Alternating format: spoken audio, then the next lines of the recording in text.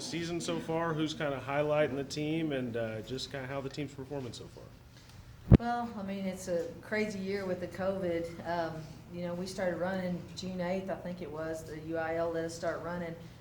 And then they moved the season back and moved it back, and just trying to adjust, you know, your schedule of what you're going to be doing in your workouts and stuff, what phases and stuff you are in your workouts. It's been a little bit harder, but I'm just glad we get to compete, you know, because I have a really strong team this year.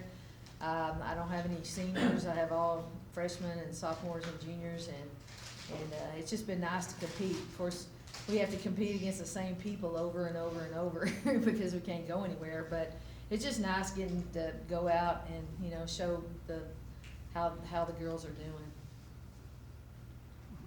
You have the Canyon, the Invitational this weekend.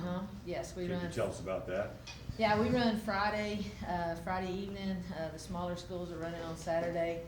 I mean, we'll be running against the same people, but there are a few that are a little bit different. So far, we've won every meet, so that's a good thing. So I guess it's good if you've won every meet and get to run against the same people than losing every time. But you just have to make up new ways to improve, you know, trying to get maybe more of your runners ahead of maybe the first runners of another team that you're competing against. And so we set goals up like that to try to improve every week and have some kind of, you know, competition level and stuff. Try to talk Canyon. They need to come run in the big school, so we'll have a little bit more competition. But yeah, I mean, you just have to set different goals like that and try to do that. Well, obviously, you got to get through district and region. Can you tell us when that takes place and how that's going to happen? District, well, regionals, well, the state is going to be that weekend of Thanksgiving.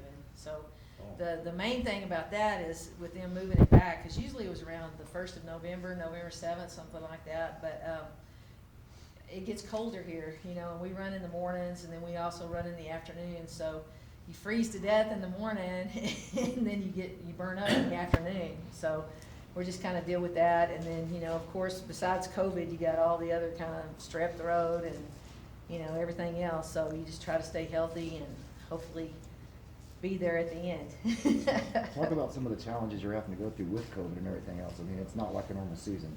Yeah, it's just, I mean, like we went to Lubbock last weekend and they didn't allow spectators at first, and then they said they would allow them at the top of the hills.